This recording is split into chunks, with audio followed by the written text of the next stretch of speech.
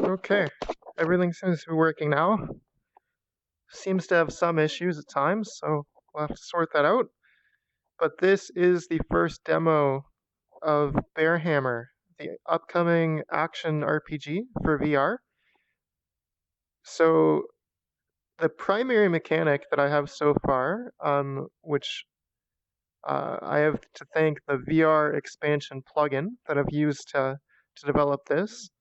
But I've kind of gone a bit further and added these ragdoll physics to when you're smacking enemies around. So it becomes super satisfying to really smash enemies, see them flying. You feel powerful. So the story of BearHammer will be of a world that's kind of poisoned by different tribes of animals that are competing for their share of the land. Um, and so you play a warrior who is part of the tribe of the bears, and your role is to restore the world to its natural balance. So, as you can see, right now your primary weapon are these hammers, uh, wooden since you're, kind of playing that kind of natural role. And so you can throw them or smash enemies with them, and then when you hold down the trigger and the controller, they come back to you. So it gives you kind of two chances to strike, which I think is going to be really fun for players.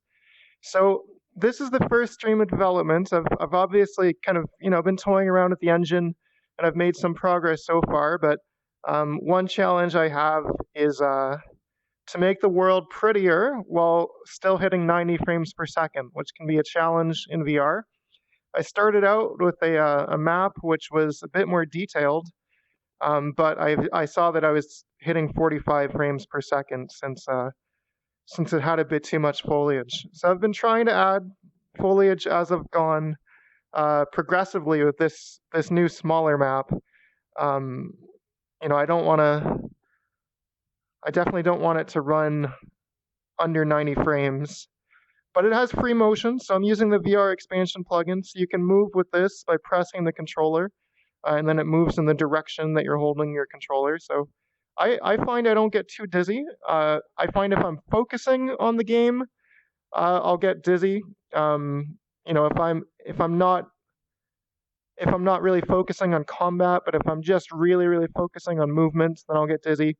And also, if you have ditches like this, if you go down quickly, that'll also cause quite a bit of dizziness. Like this does not feel good. So I'm going to be editing this landscape to smooth things out. It's just kind of a test right now, a lot of different things, and beautifying this world. And that's what I'll be streaming later today. Is making this, kind of a really much more beautiful, less barren moon kind of landscape for players to enjoy. Over here, you can see a bit more of the textures that I'm going to be playing with. Trying to kind of create like a mountainous kind of snow environment. And I think that'll be better because then I can kind of realistically say there's a bit less foliage in winter here in Canada for sure. There's less foliage exposed. You're not seeing anything like this right now in Canada. So I think going kind of winter mountainy kind of terrain will work in my favor. So I can create something that's kind of realistic, but still beautiful without having to incur too much foliage. I also have to experiment with lighting. I'm more a programmer and game designer by trade, less of an artist, so I'm sure there's lots of things I'm going to be learning as I make this game to beautify the lighting and add shadows and volumetric fog. So hopefully, if you follow this set of videos, you'll see this world progress into something that that is a lot prettier and a lot nicer. So yeah, overall, this is what I've got at the moment. I'm feeling pretty good about this mechanic.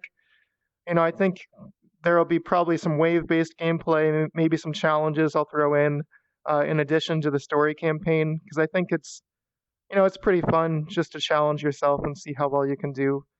And obviously, I'll be needing to code the attacks of the enemies. Get some ranged enemies, melee enemies, a good mix of those. so that you have different kind of tactics you'll have to employ to win. The other thing I'll just briefly show is the other mechanic of the game. My wife doesn't like this one, so you know she's the boss. She's the executive producer. So I don't think I'll make it a primary point of the game, but I will definitely implement some challenges. So just to show off, this is from the VR expansion plugin. Really huge shout out to Morden Troll from the Unreal Development forums, who has created that for other people to create games with. And he's super responsive, does super good work. So if you're interested in making VR games, I definitely suggest checking out the VR expansion plugin. But so there's this climbing aspect. So I think this will be pretty fun for some puzzles. Definitely add some more vertical element to the game. Uh, you know, it feels pretty cool to be hanging off with one hand, throwing stuff with the other. See if I can hit a toad from here. Do feel slightly dizzy when up here, but you know, you get used to it. It's not the best feeling in the world, but if it's not something that's super common. Oh, I think I got one there. That's too short. Come back. All right, let's get up here, see if I can without falling. All right. Let's launch some hammers, see if we can hit some toads at distance. Where's my right hammer? I guess I found a bug. I'll try moving. Maybe it's not pathing to me correctly. Or maybe it's gone forever. Yeah, no right hammer. Oh well, just try lefty. Probably gonna crash pretty soon because I've got too many toads spawning. They're not limited in any way, so the engine is not gonna like spawning like 1,000 toads. Alright, well this is, yeah, just crashed.